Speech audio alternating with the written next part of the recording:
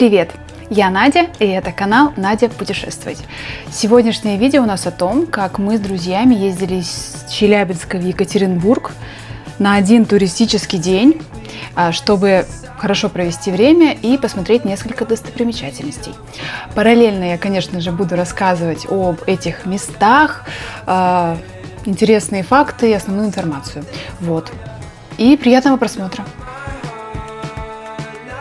И небушка какое красивое. И мы уже на первой локации. Это храм на Крови. Здесь еще музей. Вот сейчас будем заходить и в храм, и в музей. Все вам покажу. Полное название: храм-памятник на Крови во имя всех святых в земле российской просиявших. Храм построен на месте дома Ипатьева, в котором содержались под арестом и были расстреляны в ночь на 17 июля 1918 года последний российский император Николай II, его жена, 5 детей и 4 слуг. Дом Ипатьева здесь находился до 1977 года. После сноса здесь образовался пустырь, на который тайно приходили молиться верующие. Позже на нем был установлен крест.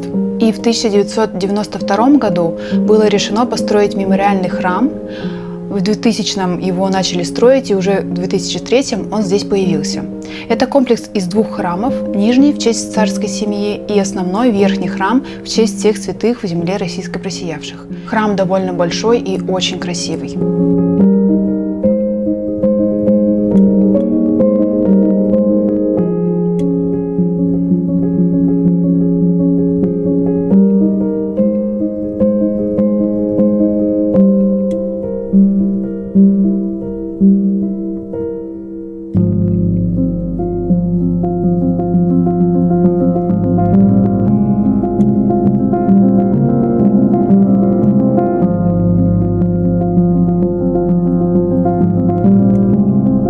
Ну что, мы сходили. Мне очень понравился храм. Это просто превосходно и очень красиво, впечатляюще. Вот. И музей, неплохо. То есть там тоже есть свои интересные моменты. В музее лучше взять экскурсию. С ней будет намного интереснее и информативней. У нас, к сожалению, было очень мало времени, так как мы приехали на один день, поэтому мы этого не сделали. Здесь представлены их личные вещи, фотографии, документы и артефакты о их заключении и многое другое.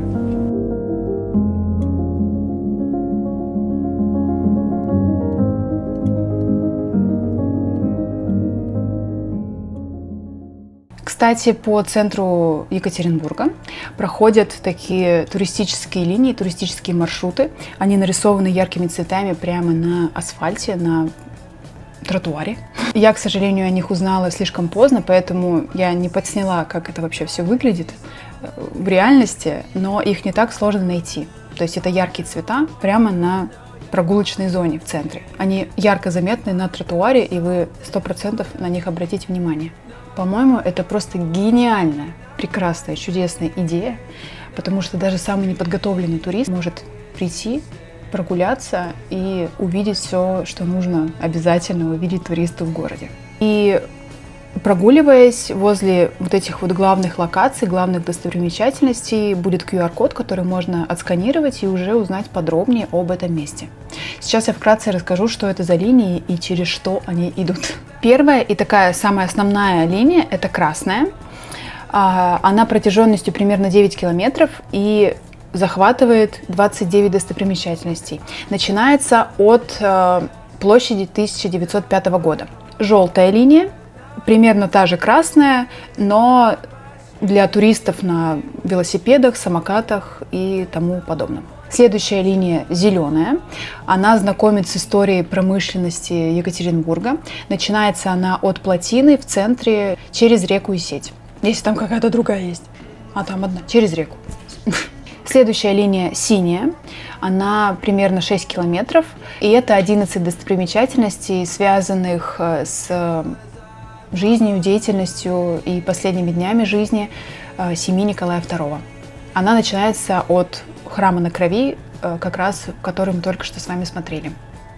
И последняя, фиолетовая или розовая линия, она так и называется. Видимо, это зависит от вашего цветовосприятия. Вот, это 20 объектов уличного искусства, то есть там граффити, на стенах, заборах, скульптуры, вот, в общем, все с этим связанное. Это протяженностью уже 20 километров, поэтому смотрите, если по ней пойдете, наверное, нужно к этому подготовиться. В общем, можно выбрать один из этих маршрутов и ему следовать, и чудесно познакомиться с городом. Либо несколько маршрутов. В общем, чтобы прям посмотреть Екатеринбург основательно. Тем временем мы на второй локации. Это дом-музей Попова. Ну что, идем смотреть, что внутри. Ну, дом-музей, наверное. Что там еще? Музей радио имени Александра Попова. Физика и инженера, изобретателя радиоприемника.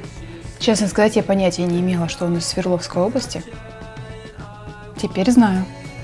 Жаль, что от этого мои знания в области физики не прибавились.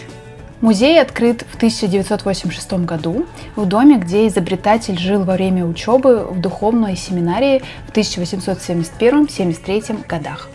И даже в туалете в музее вот такая интересная сушка. Немножечко низко, но висит, конечно. Когда-то в это зеркало делал селфи Попов, а сейчас я.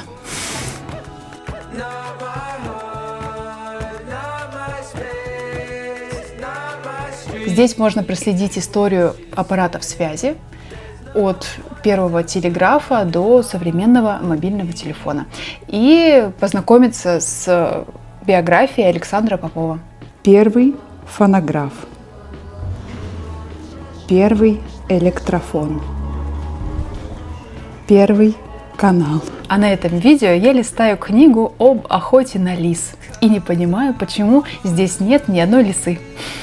Оказалось, что это вид спортивного радиопеленгирования, где участники ищут скрытые радиопередатчики, называемые лисами, с помощью специального приемника. Задача – как можно быстрее их найти. Орё! Я не как сумасшедшая. Кто-нибудь знает, в такие линзы можно было рыбок пускать?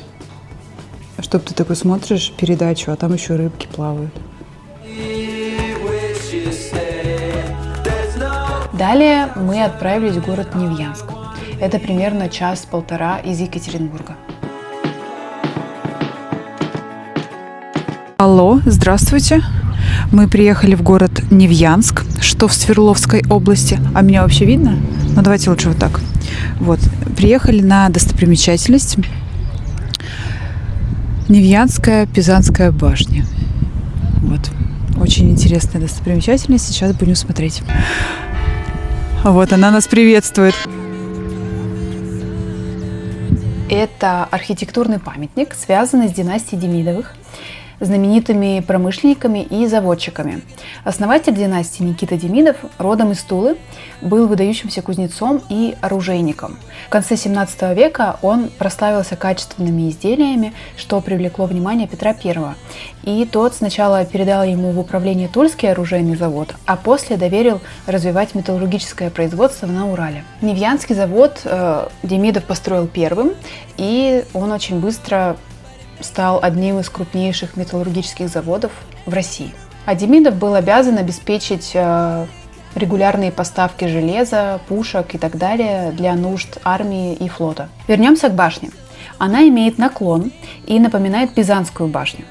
Высота у Невьянской башни около 57,5 метров, а ее отклонение от вертикальной оси примерно 1,85 м.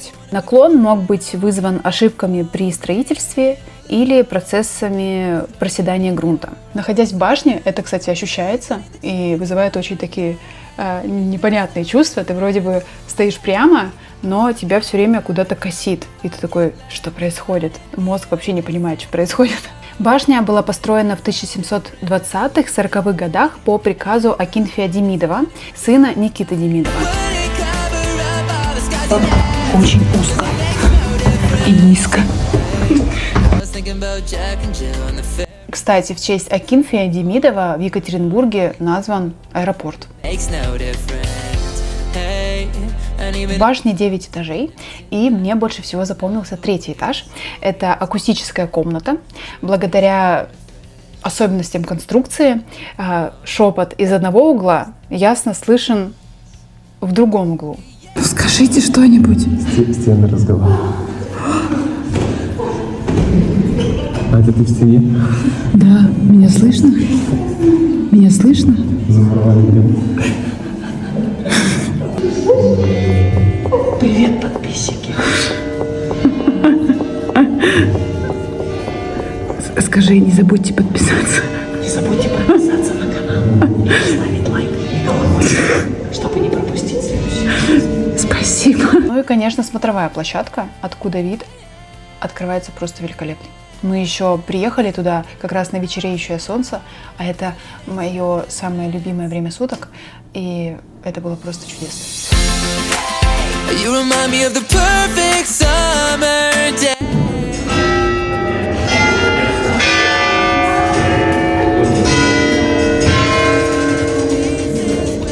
Кстати, на вот самой высоте, на этой смотровой площадке, немного страшно. Этот балкончик, он довольно узкий, плюс этот наклон, и ты такой, башне 300 лет, и ты такой ходишь, как бы, красиво, но страшно. Очень красиво, но немного страшно, честно сказать. Reminding me of places we used to go, but it makes no difference. Hey, and if I could rewind the time, it with you in mind, it wouldn't cover up all the scars you left, 'cause it makes no difference. We were chilling on the West Coast in LA, but it was a Monday.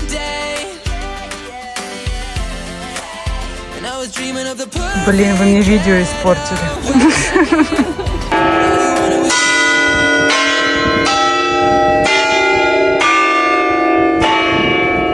И вообще сама башня, она прям стоит того, чтобы к ней приехать целенаправленно. И там городок такой милый, мне тоже понравился. Вот, в саму башню там они собирают экскурсии, наверное, каждые полчаса. И ты вместе с группой поднимаешься, и тебе рассказывает экскурсовод об истории, и там уже более подробно. Я, естественно, очень вкратце рассказала всю историю. Вот. Если будет возможность, обязательно туда съездите.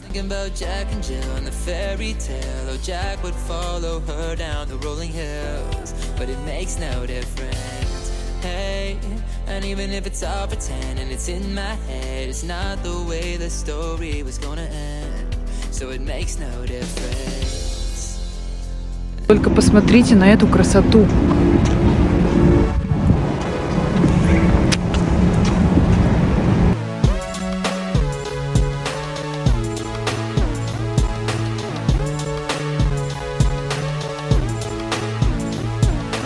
И уже под закат, под вечер, под ночь мы приехали под самое закрытие в Ельцин-центр.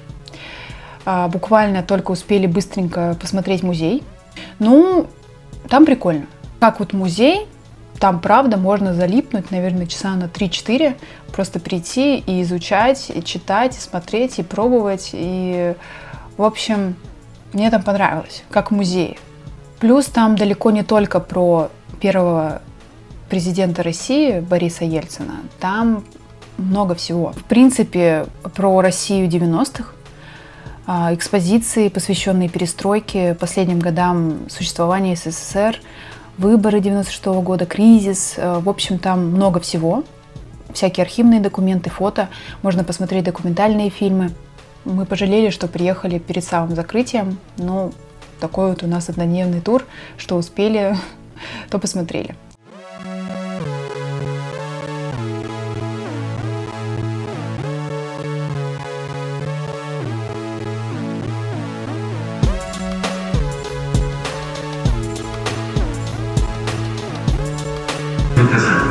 И можно взять подарок с собой. Возьмем.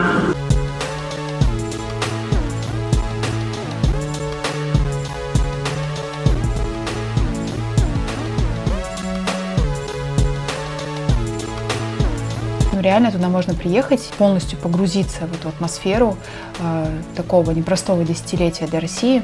Может быть, в следующий раз по возможности приедем и уже выделим именно под это место побольше времени. Итак, наше короткое путешествие и это видео подошло к концу. Если у вас что-то есть дополнить, рассказать про эти места, были ли вы там, либо какие-то другие места хотелось бы посоветовать, куда стоит сходить в Екатеринбурге, все пишите в комментариях. И не забывайте подписываться на канал, ставить лайк этому видео и до скорых встреч!